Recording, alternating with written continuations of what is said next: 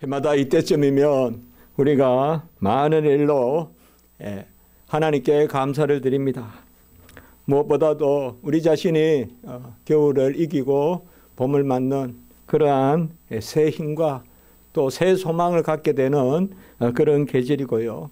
그리고 주위의 세상 만물이 무엇 하나 우리가 부정적인 게 없이 모든 것이 파릇파릇 새싹을 내고 살아나는 그런 것을 볼 수가 있습니다. 그야말로 지천에 번지는 그러한 꽃들의 향연. 보면 참 보면 잔치도 이런 잔치가 어디 있습니까? 온갖 예쁜 꽃들이 피어 있고 형형색색 너무나 아름답고 각양 모양을 자랑하며 그렇게 피어 있습니다. 꼭 꽃이라고 우리가 뭐 그렇게 규정하는 것이 아니더라도 쑥이면 쑥. 제가 아는 게 별로 없었어요. 하여튼 본 거는 많은 어릴 때부터 아는 게 없어서 보면 노란 꽃 뭐 질경이라 합니까? 하여튼 뭐 그런 것들 많이 피어 있습니다. 하여튼 너무나 아름답고 또 벚꽃도 여 근처에 얼마나 많이 피었고 원래는 또 진달래도 더 만발해서 그렇게 피는 것 같습니다. 또 비가 봄비가 와서 또 그러한 꽃잎이 또 이렇게 떨어져서 또 바닥에 이렇게 또 알록달록 새겨지는 것도 참 아름답습니다. 우리가 참 아름다운 게 많지만은 아무리 그래도 하나님이 아름답고 그 다음에 하나님이 만들어 주신 것이 우리는 그 자연적이라고 하는 것인데 그것이 무엇보다 아름답다는 것을 생각합니다. 우리가 참 생명이 있다는 게 얼마나 귀합니까? 그냥 물이 흘러가는 그 위에 다리를 놓고 인간이 또 이렇게 하지만 그런 것만 이렇게 있다면 얼마나 우리가 삭막하겠습니까? 그래도 움직임이 있고 또 생명의 그러한 역사들이 있으니까 그게 얼마나 우리가 즐거운 것입니까? 혹 우리가 죽어서 그냥 죽은 채로 남아있다면 얼마나 우리의 삶이 더덥겠습니까? 그리고 도무지 우리의 삶을 어떻게 우리가 규정할 수 있겠습니까?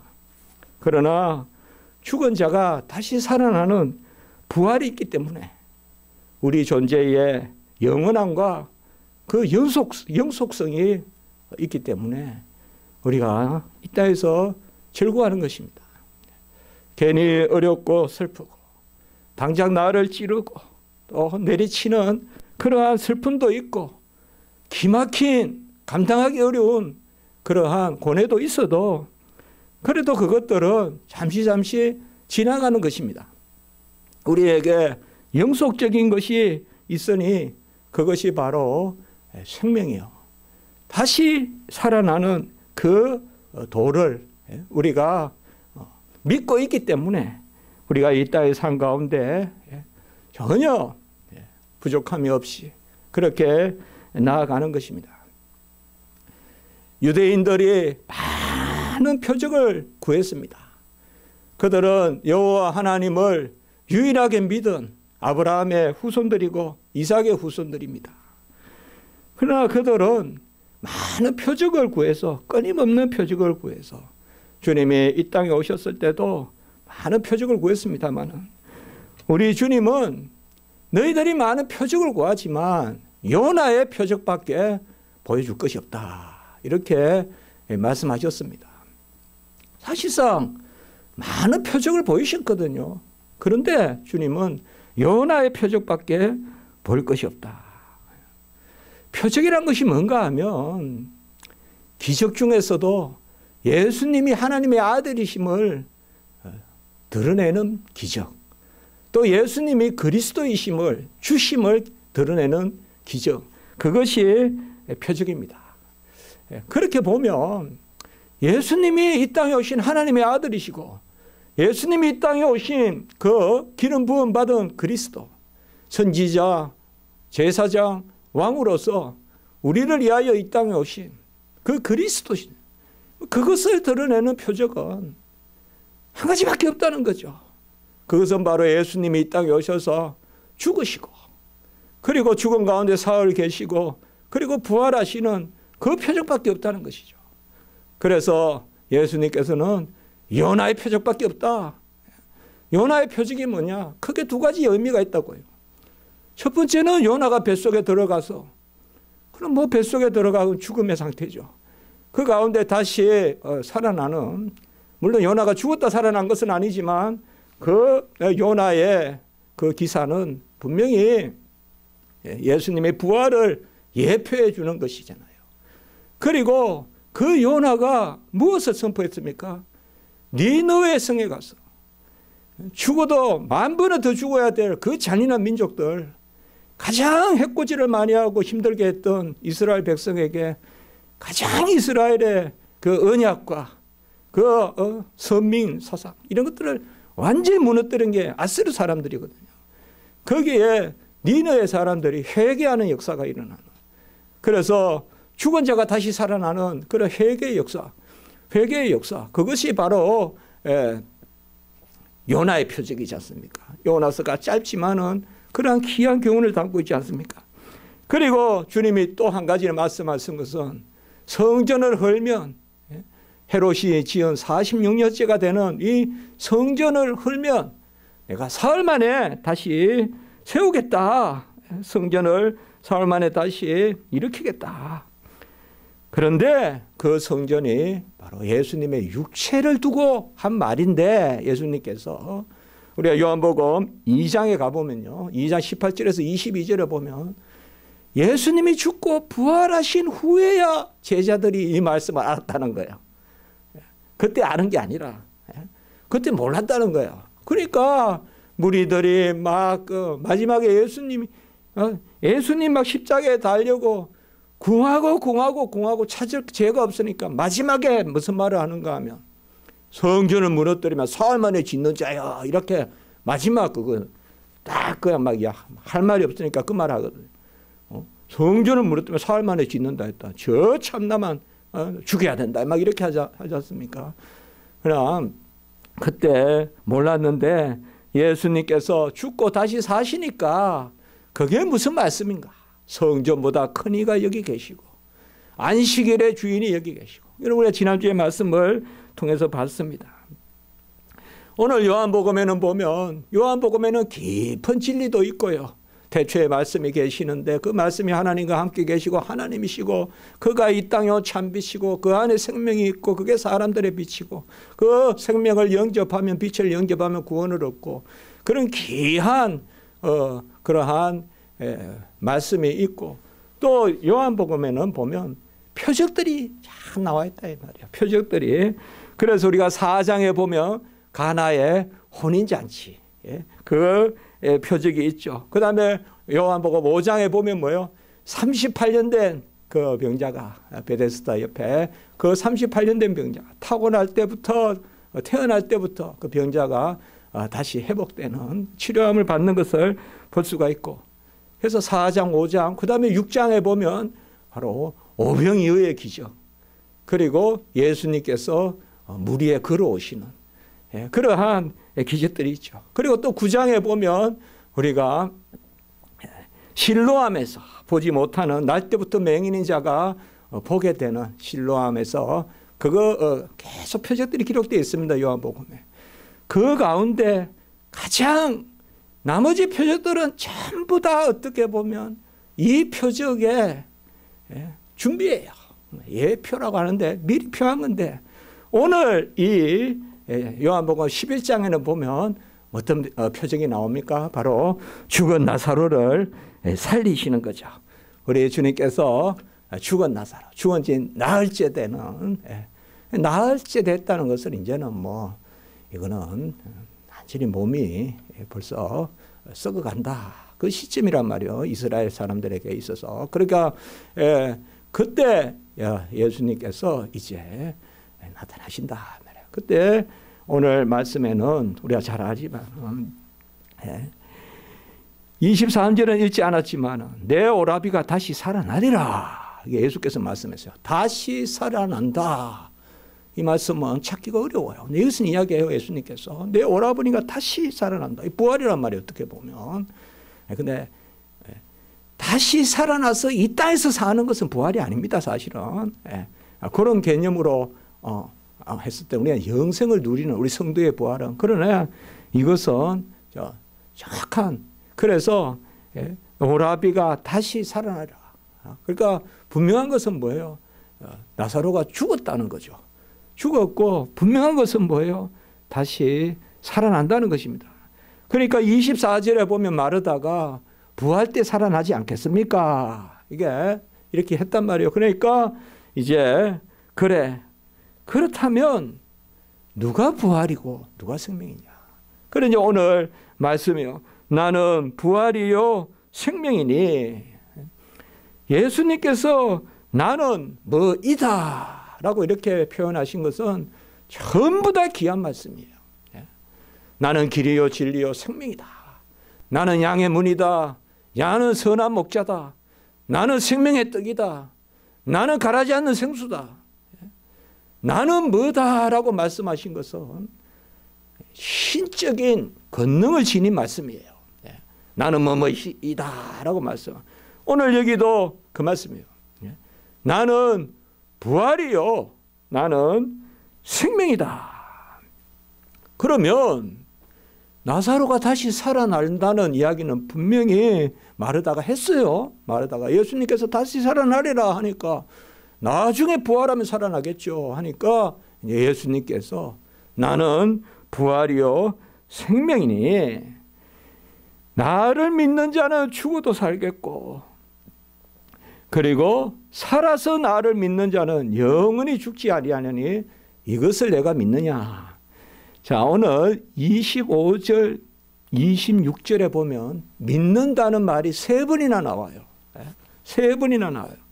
나를 믿는 자는 죽어도 살겠고 살아서 나를 믿는 자는 영원히 죽지 아니하리니 이것을 내가 믿느냐. 그 예수님이 이 한 말씀에 믿느냐라는 말을 세 번이나 해요. 세 번이나 하세요. 그러자 마르다가 27절에 보면 뭐라고 답합니까?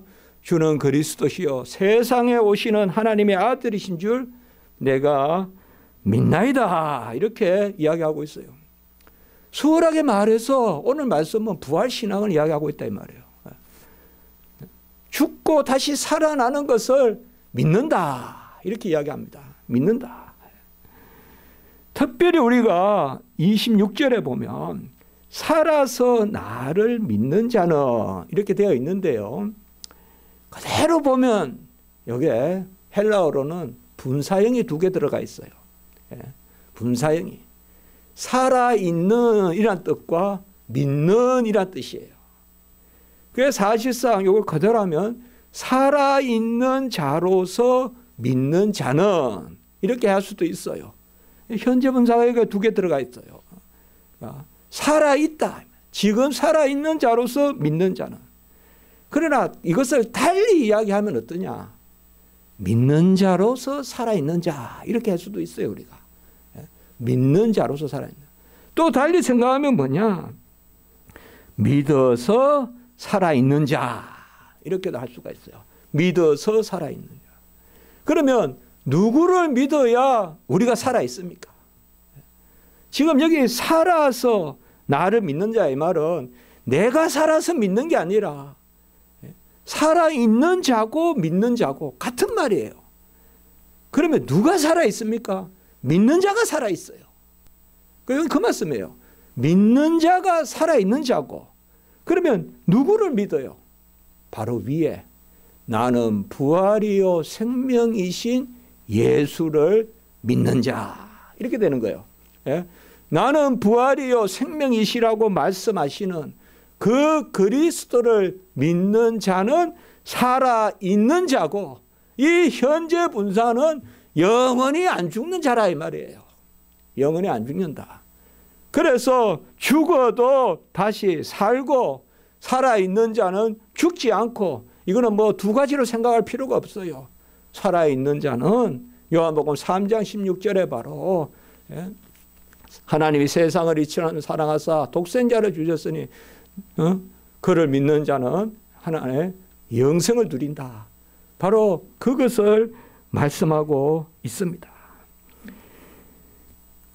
사실상 예수님께서 부활하시기 전에 기사죠. 이것은 예수님이 죽고 부활하시기 전에 말씀이죠. 그러나 예수님은 사실상 죽고 부활하심을 최소한 3번이나 예언하셨잖아요. 최소한 3번 우리가 마태복음에 봐도 바로 베드로의 고백이 있고 난 다음에 죽고 부활하실 것을 예언하시고, 또 변화산에서 내려오시면서도 이후에도 또 죽고 부활하시고, 그 다음에 예루살렘 들어가실 때도 또 죽고 부활하실 것을 예언하셨죠. 그 가운데 오늘 말씀이 가장 귀한 고백을 하나 담고 있어요. 그것이 바로 27절에 보면 주는 그리스도시요 세상에 오시는 하나님의 아들이신 줄 내가 믿나이다. 우리가 이 고백을 보면 금방 떠오르는 고백 하나 있죠. 주는 그리스도시요 하나님의 아들이시다. 거기는 뭐요? 살아계신 하나님의 아들이시다. 살아계신이란 말이 나오죠. 베드로의 고백이죠. 베드로가 가이사랴 필립보에서 마태복음 16장 16절에는 뭐라요? 주는 그리스도시요 살아계신 하나님의 아들이시니다. 들으는 엘리야, 들으는 세례 요한 다 예수님을 사람같이 여기는데 베드로가 멀쩡하게 한번 고백을 했죠. 주는 그리스도시요 살아계신 하나님의 아들이시다. 그리스도는 뭐예요? 바로 사람의 아들이에요. 그리스도는 기름 부음 받은 자란 뜻이에요. 기름 부음 받은 자는 하나님의 일을 하는 자예요. 그래서 선지자, 왕, 제사장, 그게 그리스도란 뜻이에요. 그리고 그 다음에 뭐예요? 주는 그리스도시요 살아계신 하나님의 아들이시다. 이 말은 앞에는 사람의 아들이란 말이고 뒤에는 하나님의 아들이란 말이에요. 이것이 가장 귀한 고백이에요. 그래서 예수님은 사람의 아들이시고 지금 눈앞에 말하고 지금 나사로에게 이야기하시고 지금 먼 데서 내려오시고 살아계신 하나님의 아들이시다. 그 하나님의 아들로서 주의 일을 하시는 그리스도시다. 주는 그리스도시요. 그런데 그 그리스도는 누구시냐? 하나님의 아들이시다 이 말이에요. 세상에 오시는 하나님의 아들.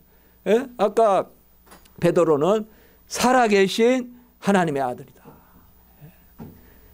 여기에서 마르다의 귀한 고백이 나옵니다. 이것은 로마서 1장 3절 4절에 보면 육신으로는 다윗의 후손에서 났고 영으로는 죽고 부활하셔서 하나님의 아들로 그렇게 해석이 되거든요. 영으로는 부활하셨다. 이 말은 바로 육체로는 사람의 아들이고 영으로는 하나님의 아들이시다. 삼위일체 하나님. 그것을 고백하는 것과 다 같은 것입니다. 이것이 바로 부활의 권능이고 기적 중에서도 예수님이 그리스도시고 하나님의 아들이심을 아는 그 기적을 우리는 표적이라고 하는 것입니다. 그래서 오늘 이 말씀이 요나의 표적, 죽고 부활하시는 그 표적, 주는 그리스도시요 살아계신 하나님의 아들이라는 그 표적을 우리에게 말씀하고 있는 것입니다. 요한복음 전체는 이걸 가르쳐 주려고 기록했어요. 요한복음 20장 31절 한번 넘겨볼까요 우리가? 요한복음 20장 31절. 요한복음 20장 31절. 오직 이것을 기록하면 너희로 예수께서 하나님의 아들 그리스도이심을 믿게 하려 하시며. 하나님의 아들이죠. 그리스도죠. 하나님의 아들이시자 사람의 아들.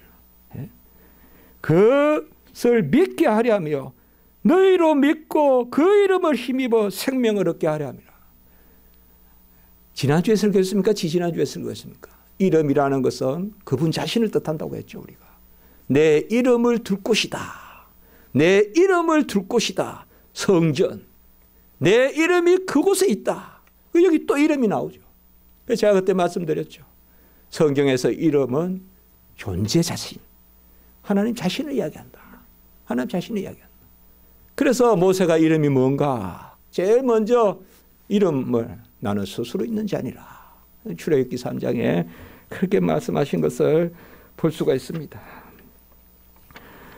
부활의 고백은 믿어서 살아있는 우리 자신의 은혜의 고백입니다.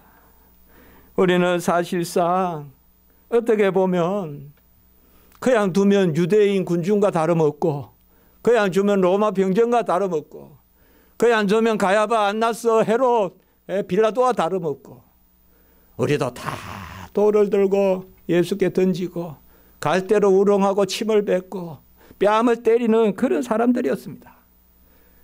우리가 다 그 사람들이, 우리가 그래서 그런 것보다도 인류의 죄는 하나님을 멀리하기 때문에 이 땅에 오신 예수를 반길 수가 없어요. 이 땅에 오신 예수를 흑암의 권세 잡은 사탄의 그 죄의 종이 된 인류가 반길 수가 없어요. 그래서 우리가 생명의 주를 죽였도다. 베드로가 이렇게 해석을 해줘요. 그러나 그 우리가 죽인 것을 하나님이 살리셨도다. 우리가 이 일의 증인이로다. 저는 이게 사도행전의 초대교회의 설교의 핵심이다. 우리가 그를 죽였다. 우리가 그를 죽였다. 우리가 죽인 그를 하나님이 살리셨도다. 우리가 이 일의 증인이로다. 부활의 증인인 것이죠. 부활은 바로 우리가 죽인 예수가, 내가 죽인 예수가 나의 생명의 주가 되시는 것입니다. 아멘. 나의 생명의 주가 되시는 것입니다. 어떻게 보면 못나서도 내버리고, 나빠서도 내버리고, 째째서도 내버리고, 정말 앞뒤가 안 맞아서도 내버리고, 그냥 옆에 두기 싫을 텐데 도무지 이거는 앞뒤가 안 맞고, 도무지 이거는 행동 거지가, 이거는 도무지 이거는 받아들일 수 없고, 그래도 예수님께서 다 안으심. 건축자의 버린 돌이 모퉁이의 머릿돌이 되셨다. 누가 버렸어요? 우리가 버린 돌이, 그 돌이 우리를 세우는, 우리를 성전 삼아, 우리 몸을 성전 삼게 하시려고 건축자의 버린 돌이 모퉁이의 머릿돌이 되었다. 사도행전 4장 11절. 그 머릿돌이 보배로운 산돌이다. 베드로전서 2장 4절에 그렇게 말하고 있죠. 보배로운 산돌이다. 살아있는 돌이다. 그 머릿돌이 보배로운 산돌이다. 이게 다 부활의 신앙이란 말이에요. 그 돌이 다니엘서 2장에 가면 바로 손대지 아닌 돌, 떠인 돌, 신상의 그 한상에 머리, 금, 은, 놋, 철, 모든 세상의 건세를 가공되지 않는 그 돌로, 손대지 아니하는 돌로 다 깨부수는, 흑암을 이기는,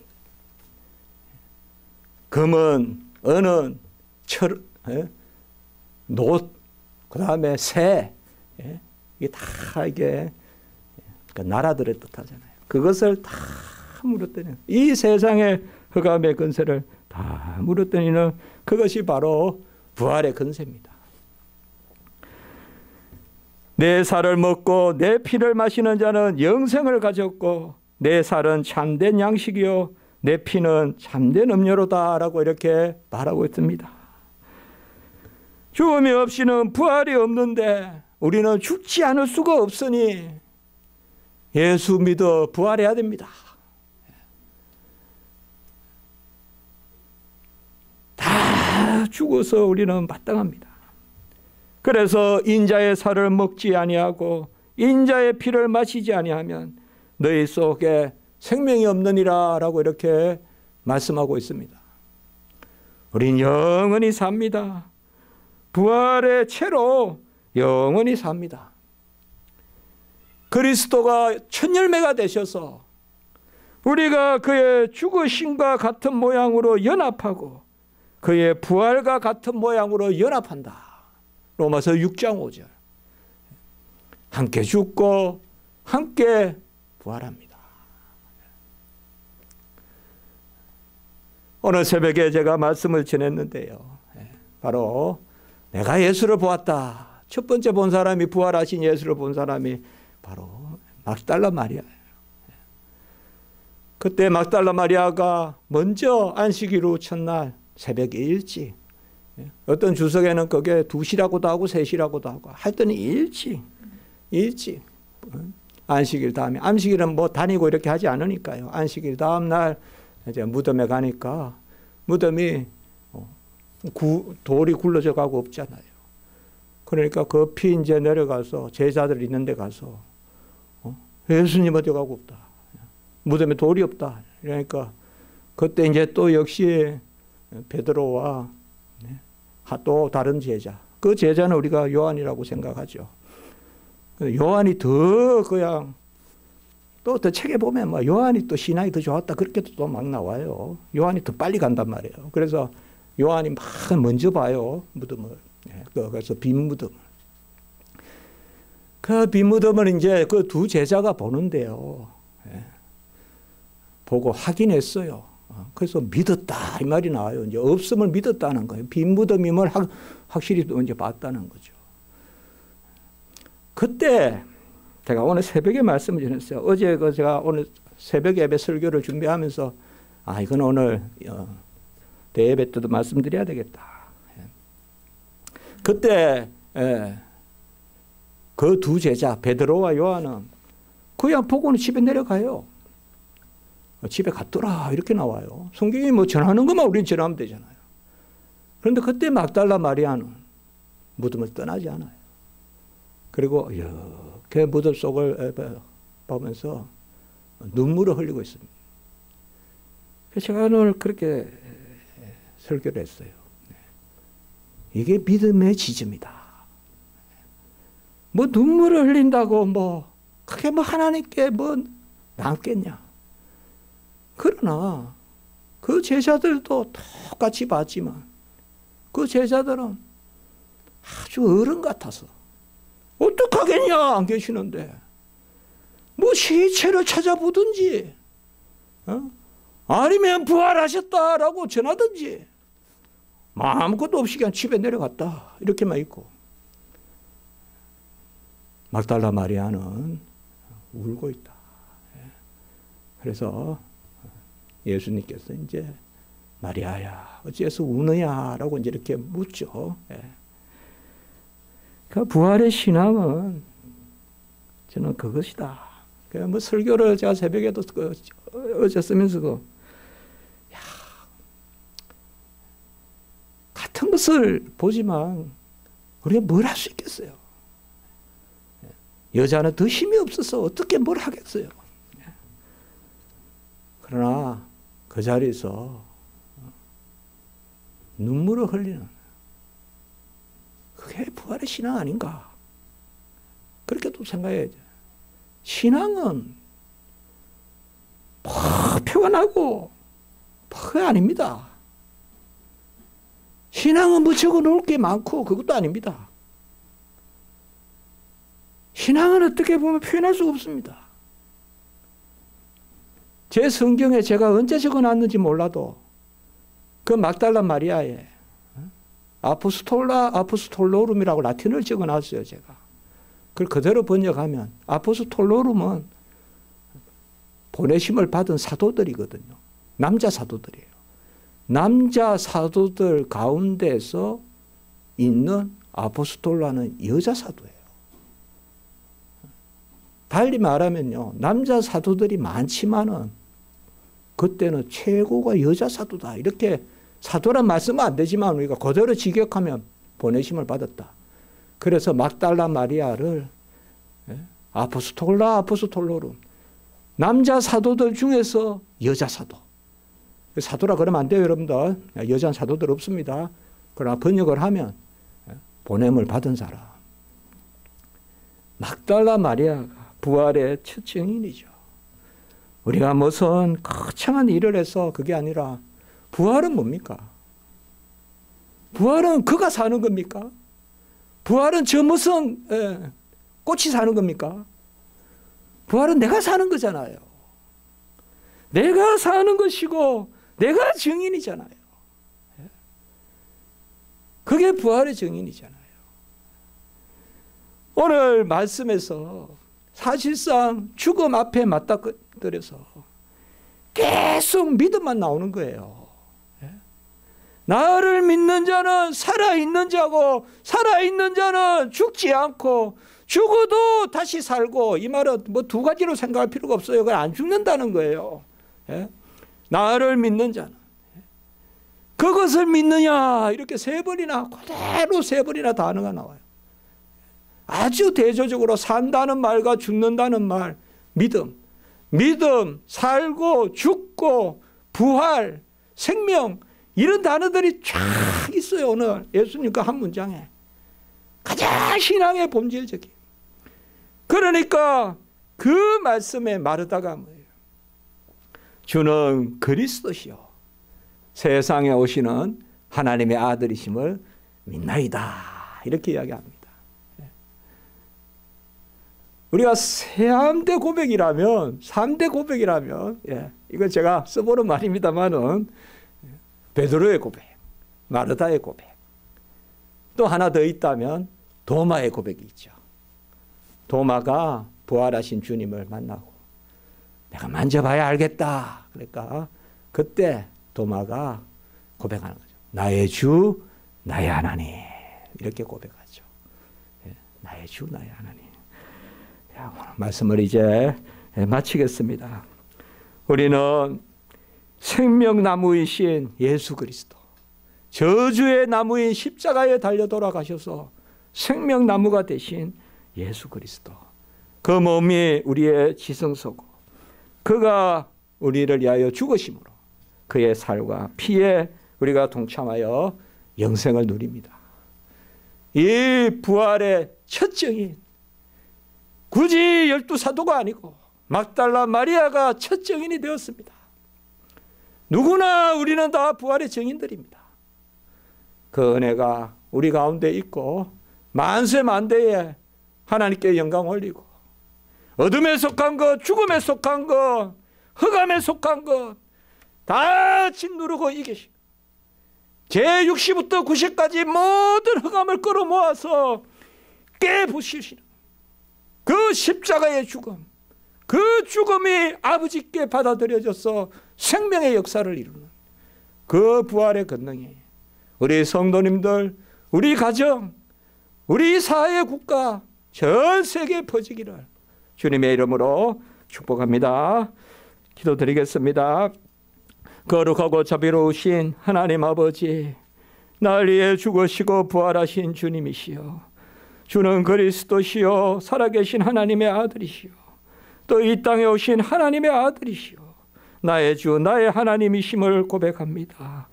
부활의 권능으로 다시 사신 예수 그리스도의 은혜로 살게 하여 주시고, 이제 우리가 부활의 소망으로 모든 것을 득건히 이기고 감사하며 기뻐하며 영광 돌리는 그런 삶을 살게 하시고, 부활의 증인으로 땅끝까지 부활을 선포하게 하시고, 우리 성도님들 지금 기도하시고 어려운 것들 주님의 부활의 그 역사로 오히려 이기고 더 나아지고 강해지는 그러한 소생의 역사가, 부활의 역사가 있게 해 주시옵소서. 주 예수 그리스도의 이름으로 감사하며 기도드리옵나이다. 아멘.